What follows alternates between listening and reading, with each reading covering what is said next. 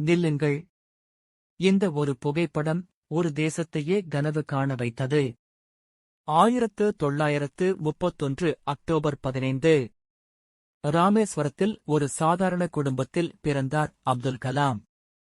வீட்டின் வறுமையால் சிறு வயதிலேயே அதிகாலையில் செய்தித்தாள்கள் விநியோகம் செய்தார். ராமேஸ்வரம் ஸ்வார்ட்ஸ் உயர்நிலைப் பள்ளியில் படித்து பின்னர் திருச்சி புனித ஜோசப் கல்லூரியில் பட்டம் பெற்றார். அதன் பிறகு சென்னையில் படிக்க பணம் இல்லாதபோது அவருடைய அக்கா ஜொஹரா தனது நகைகளை அடகு வைத்து தம்பியின் கனவை காப்பாற்றினார்.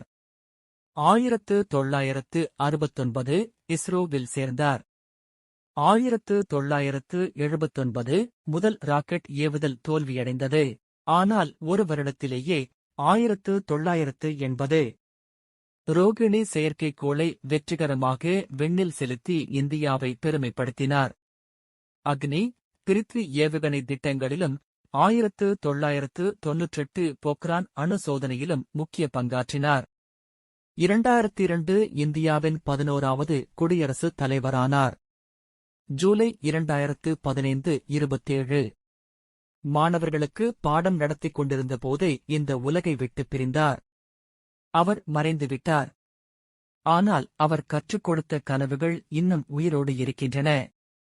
இதுபோன்ற உண்மை வரலாற்று தகவல்களுக்கு பிபி டிரிப்ஸிட் ஐ சப்ஸ்கிரைப் செய்யுங்கள்.